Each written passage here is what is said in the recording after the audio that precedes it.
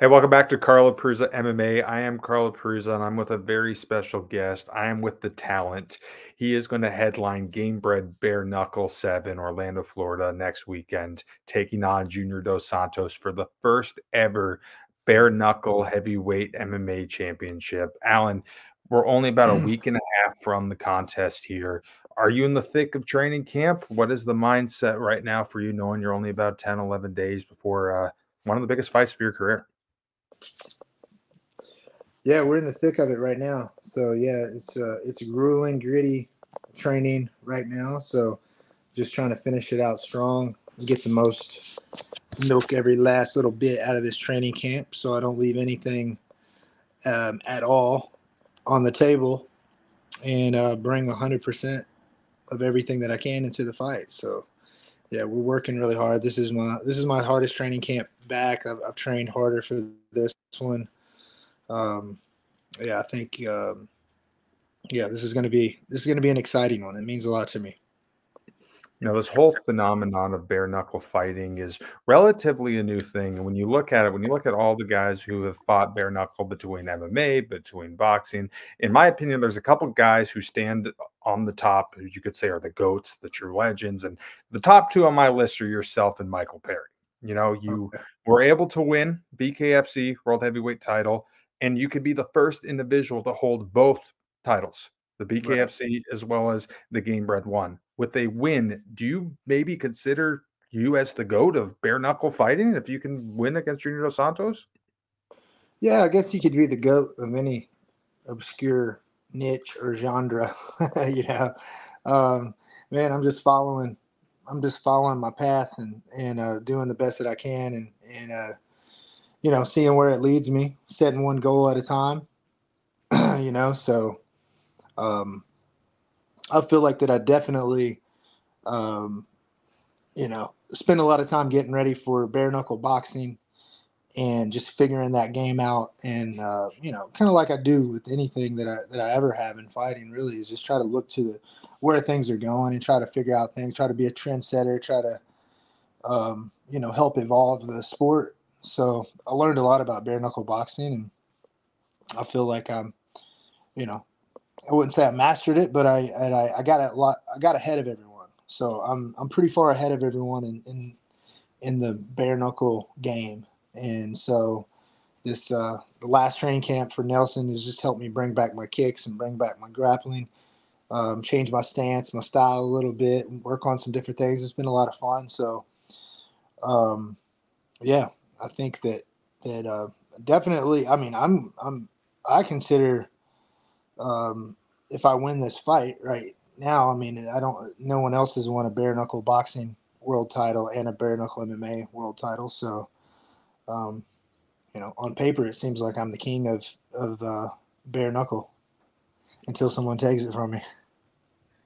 Following your last fight in the UFC against Michael Bisping, I believe 2013, you took an absence from fighting. At that point, did you ever envision that your path would come to what it is right now?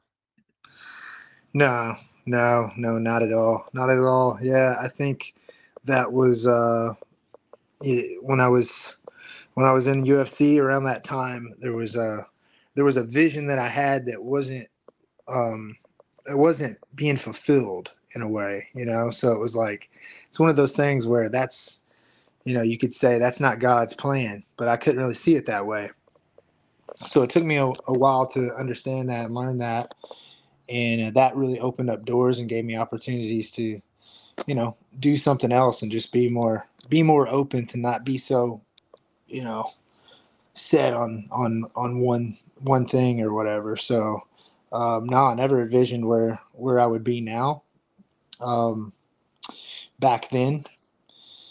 But once we started doing this, I envisioned winning the bare knuckle boxing world championship, and then somehow probably getting back into MMA to get a big, kind of last little run in MMA and boxing, and some big, that's been kind of my vision for this comeback all along, is finish this thing with, fighting the biggest names that I can get, and JDS is um, one of the top free agents that are out there that are legitimate, still has the speed, still has the danger, has the skill, on top of their game, under 40, um, or let's say under 45 or whatever, and so I feel like that this is a big one. This is one of the big ones. So um, at this point, I'm just kind of rededicating myself to win this belt, beat JDS, and then go on another streak of about 2 years or so, something like that. It's kind of where my plans are now, and once I get there, then I'll reevaluate it again. But it seems kind of like uh, the reoccurring theme is to kind of set a goal about a year ahead or whatever, and then just and kind of evaluate it and see where you go. I don't think that you can visualize that much further than you, because you don't have that much control over it. You just kind of got to go with the flow, and that's where the magic really happens, is being able to adapt and kind of um, you know go where whatever makes the most sense. In addition to once again fighting in the MMA format, you get to share the card with a couple of guys that you've known for a very long time, a couple Mississippi boys, Chase Sherman in the co-main event, Zombie, Tyler Hill on the card as well. Do you think being able to win this world title with those boys on the card, do you think that maybe makes us a full circle moment? Absolutely, man. Yeah, I mean, Chase. I met him first when he was 16 years old, and I got to see him grow up. Got to see him become a fighter and become a man, and make it into the UFC and struggle with fighting and struggle with life. And the same for Tyler. Me and him met on a Thailand trip, and back in 2015, and I invited him to come train with me in my gym, and come and work for me, and teach kickboxing classes and stuff. And we really hit it off, and so we have a lot of history. So both of those guys have looked up to me as a older brother, mentor type of thing. So to me, I feel like I'm fulfilling that and kind of leading by an example that I always dreamed of leading. And this is a big moment. It's just as much for them as it is for me.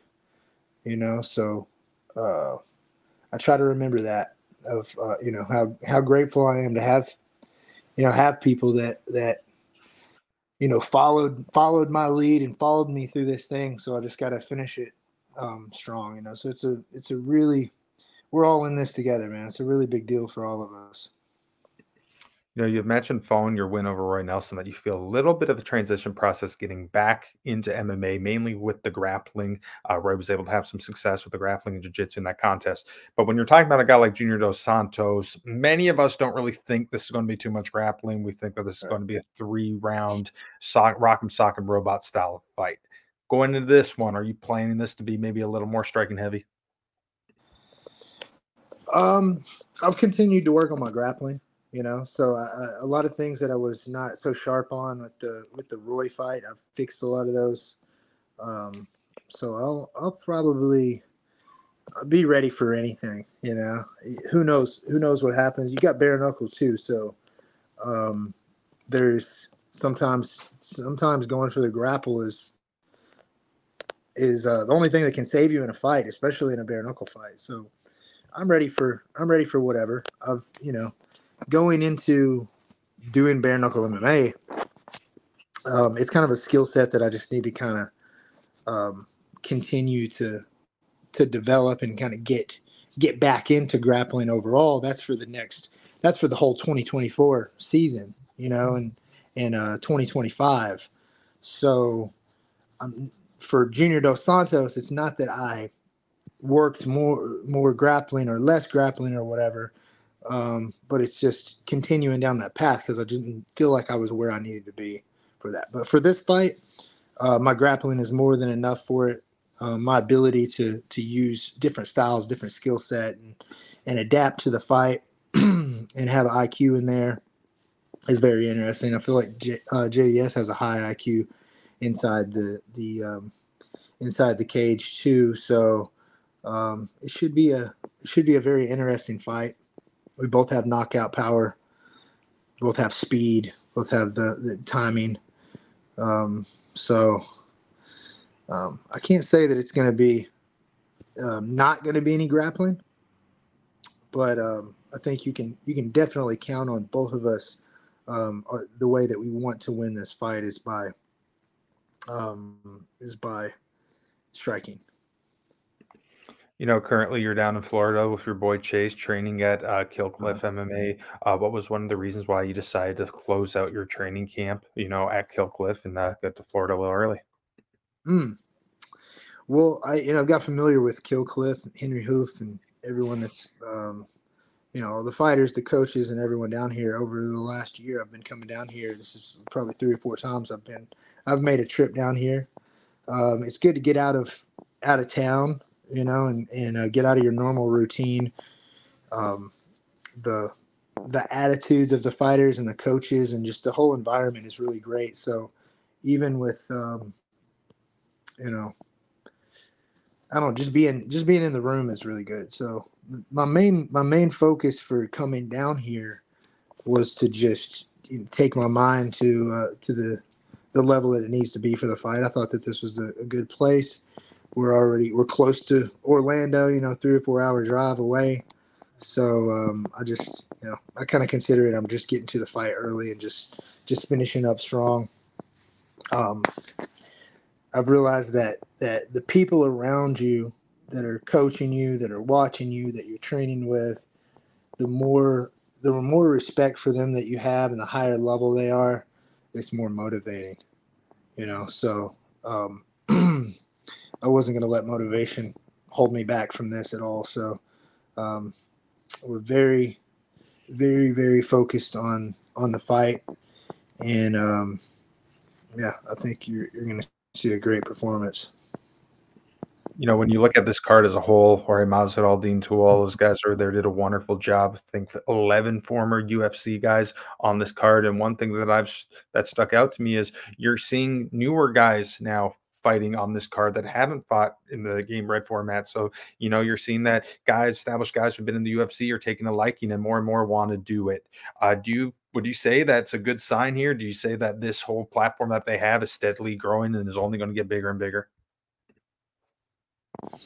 Oh yeah, 100%, 100%, man. I feel like um, back in the bare knuckle boxing when I signed with BKFC, I was one of the early guys that were like, "Hey, what's that guy doing there? He's kind of legit, but maybe he's just old and needs some money or something like that." But I saw a different vision for it, and I knew without someone like me and other guys like me going into that direction, that it wasn't really going to catch on.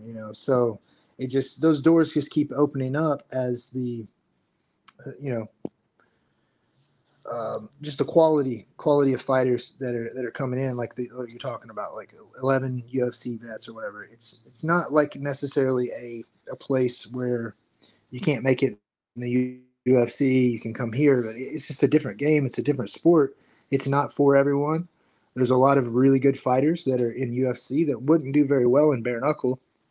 It's a mental game of you know there's a lot of nerves and a lot of anxiety involved whenever you take the gloves off. It's what a lot of these fighters are used to. So fighting bare knuckle is can scare the hell out of a fighter. So that's one reason. The other thing is the money. When the money comes into bare knuckle, then that's where the fighters are going to go. And if there's more money in bare knuckle than there is in the UFC, then those guys will come over as well. Mark my words. It's all, that's probably the most deciding factor. You just look at the numbers, look at the paydays. Chase Sherman is very open to what bare knuckle fighting means in Mississippi. It's calling it the home of bare knuckle fighting. You have so many of these great bare knuckle fighters from Mississippi. What would it mean for you to be able to bring back the first bare knuckle MMA title to the state of Mississippi? Man, I think that what I'm looking at, as far as like making history, I think this is my opportunity to be the first person to win a bare knuckle MMA world championship and a bare knuckle boxing world championship. That's kind of my mark on the sport, and I'm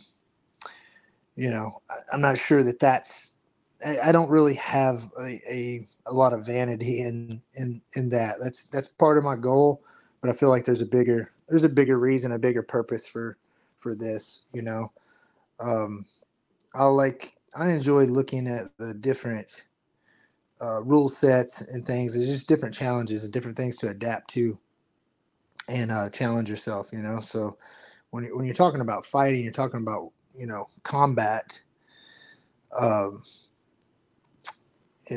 this is close to the real thing as you would get. So um, that's what martial arts is about, is to test yourself in all these different scenarios and see how you do, so you learn about yourself. um, so you know Mississippi is, I guess you could call it the home of bare knuckle, but it's really, that was just boxing back then. The gloves came later, so it's really just the same sport with just slight different little rules here and there or whatever. You're looking at the same thing. You're looking at people fighting one on one. um, so I don't know if I really look at it that way, but um, I've got my mind set on beating Junior Dos Santos and winning this world championship and continuing after that. And that's about as far as I think into it. All right, Alan, last question for you. In a perfect world, what goes down March 2nd? Oh, well, I don't know. I don't really have much control over the how perfect the scenario is. But I'm planning to knock out my opponent probably at the end of the first round or the second round, and that's my goal. That's what I'm trying to do. So if you call it a perfect world and that goes down, then that's what I'm planning. All right, well, Alan, I wish you nothing but the best. Alan Belcher taking on Junior Dos Santos, looking to become the first ever bare knuckle MMA world heavyweight champion. Alan, thank you so much for talking to me today, my man. All right, brother. Thanks for having me. That's Alan Belcher. I'm Carl Prusa. Stick around.